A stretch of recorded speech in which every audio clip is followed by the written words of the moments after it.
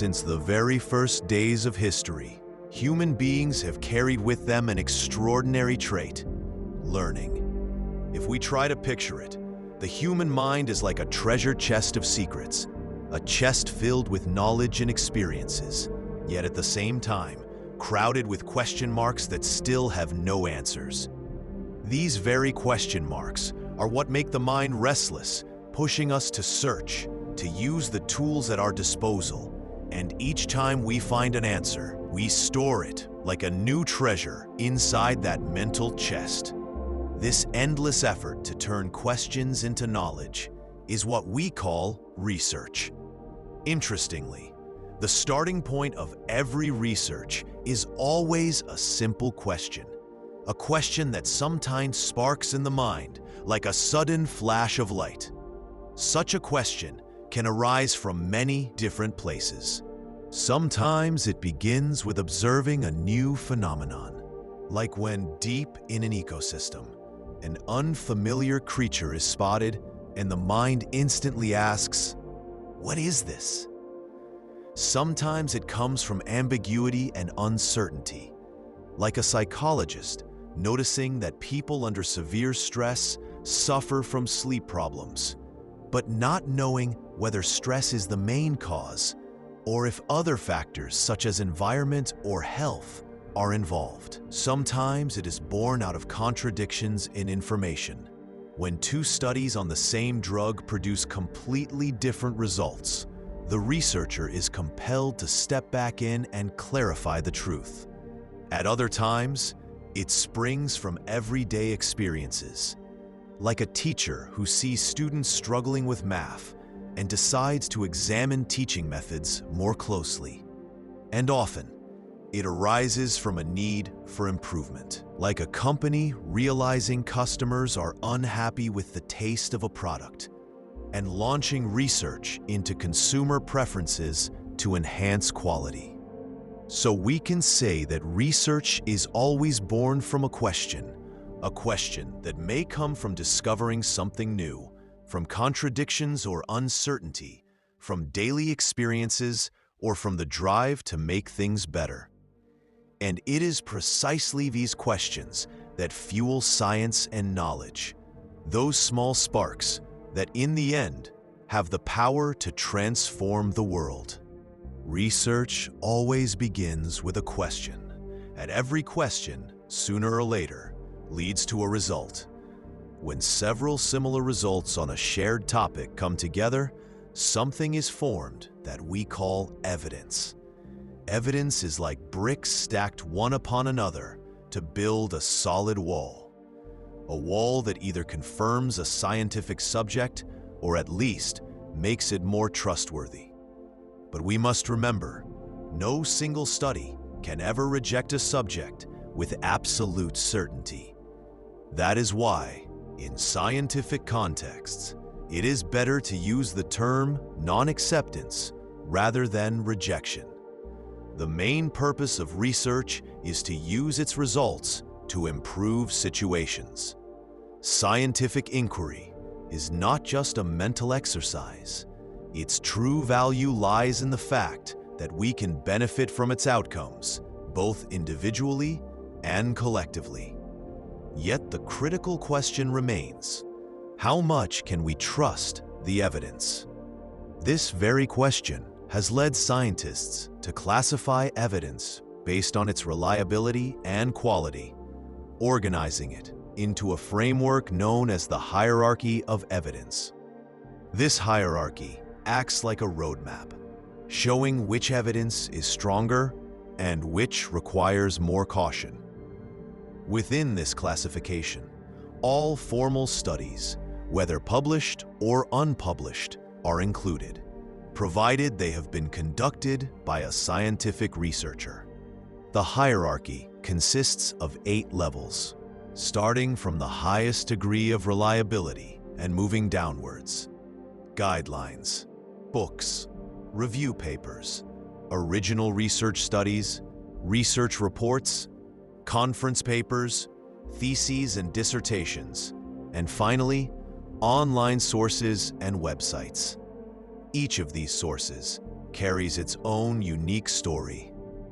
Guidelines are like guiding lights, instructions written after years of research and expert consensus, helping individuals make the right scientific decisions. Books and encyclopedias are great treasures of knowledge. When research in a field becomes sufficiently broad, scholars compile it into comprehensive, well-structured volumes. Original research studies are the most precise and detailed sources, writings in which researchers meticulously describe their methods, tools, and results to answer a specific question. Review papers play an organizing role.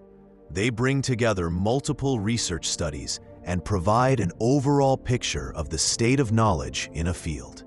Research reports vary depending on the discipline. In engineering, they may be reliable technical reports, while in the humanities, they might be documented accounts with less formal credibility. Conference papers are shorter and more concise, findings presented in talks or posters at scientific conferences. Although less authoritative than original studies, they are still valuable contributions. Theses and dissertations are important academic documents. Theses demonstrate a student's ability to conduct independent research, while dissertations at the doctoral level must introduce innovation or new knowledge to the field. And finally, online sources and websites, easily accessible but lower in credibility, requiring careful evaluation. Thus, scientific evidence forms a wide spectrum, from the strongest and most reliable to the weakest and most in need of scrutiny. This spectrum helps us understand which findings can serve as the foundation for major decisions, and which are merely initial clues for starting a new path. When we look at the hierarchy of evidence, we must recognize that the lower levels are like shaky foundations of a building, ideas that may spark thought, but cannot stand alone as reliable references. The higher we go, the stronger the credibility becomes, and the more solid the structure of scientific studies. Imagine a civil engineer writing on his personal blog that concrete coatings increase the durability of structures. He reached this conclusion after an almost accidental experience. He used concrete in part of a building and noticed that it resisted moisture, fire, and chemical attacks. Now the question is, can such a conclusion be trusted? The clear answer is no. This experience was neither controlled nor peer-reviewed. Yet even this simple blog post is still considered a form of evidence, though it belongs to the lowest level of the hierarchy. But the story does not end there. Another engineer reads this post, and his mind fills with questions. Can concrete coatings really be better insulators? That very question leads him toward a structured, controlled study. The results of such research might be published as a thesis, dissertation, or original study. And because it meets the criteria of a scientific investigation, it carries more credibility. Still, it remains limited, since it examines only a small sample. Over time, more engineers join the effort. One investigates the effect of cold on concrete. Another tests its resistance to impact.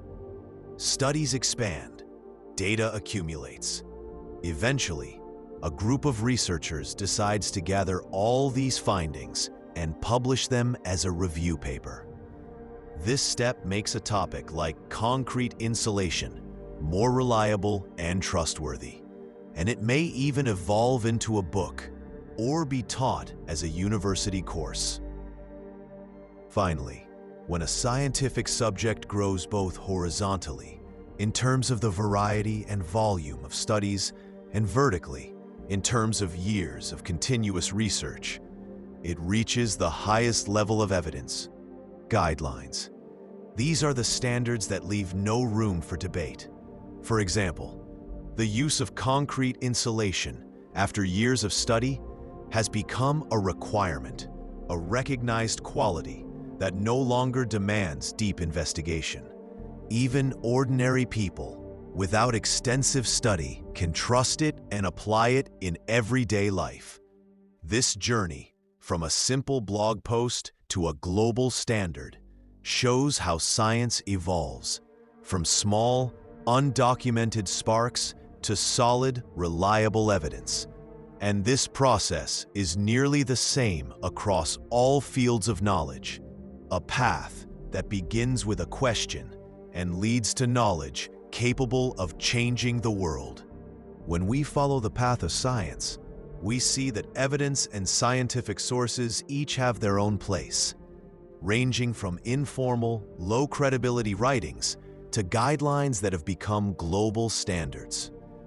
This classification is not only important for researchers, but also essential for educating and training new generations of students. Why? Because every stage of study must be built upon sources appropriate to that level. That is why university education is usually divided into two parts: fundamental education and advanced education. The undergraduate level is the fundamental stage, a place where students become familiar with the basic concepts of their field and lay the foundation of their knowledge. In contrast, master's and doctoral programs are the advanced stage, where students learn to become producers of knowledge themselves and expand the boundaries of their discipline. To make this clearer, imagine you are thirsty and holding an empty glass. On your left, there is a small, calm stream of clear water. On your right, a large, fast-flowing river, but muddy. Naturally, you would fill your glass from the clear stream, because it is both calm and trustworthy. This example is very much like the university education system. When we want to fill the glass of knowledge for a new student, we must use sources that are clear and transparent, namely books and guidelines that have been refined over many years and carry high credibility. For this reason, at the undergraduate level, we mostly deal with books and reliable educational sources, not with research articles or theses. If you are an undergraduate student or a newcomer to a master's program, it is no surprise that you are not yet familiar with the world of specialized articles and research. This stage is primarily educational, and its goal is to help students understand the principles and foundations of their field. At higher levels, when you enter research, you finally encounter the vast world of scientific investigation, a world that is challenging, but if you understand its frameworks from the beginning, it can become a rewarding and enjoyable journey. This transition from education to research may seem difficult and demanding at first, but the truth is that these very challenges are what lead you to the summit. Anyone who embarks on this path, even if they know nothing at the start, gradually gains such strength that they can become an authority in their field and have something meaningful to contribute. This is the magic of advanced education, transforming an ordinary person into someone who can expand knowledge and shape the future of science. Today, we began the first session of the Research Prerequisites course so that we can enter the world of reading and writing research papers with broad knowledge. Stay with our channel. Here, for the first time in the world, you will experience learning research writing from zero to mastery, completely free, without any hidden push toward paid courses. We believe that education should not come with a heavy price tag. Knowledge must belong to those who are wise and persistent, not merely to those who are wealthy but lack understanding. Our mission is simple yet profound: to take a small step towards scientific justice. We want to play a role in ensuring that knowledge becomes a free and shared flow, not an exclusive privilege. So if you too believe that science should belong to everyone, follow our channel and join us on this difficult yet magnificent journey. Together, we can build a future where learning is a universal right, not a special advantage. See you in the next session. Goodbye for now.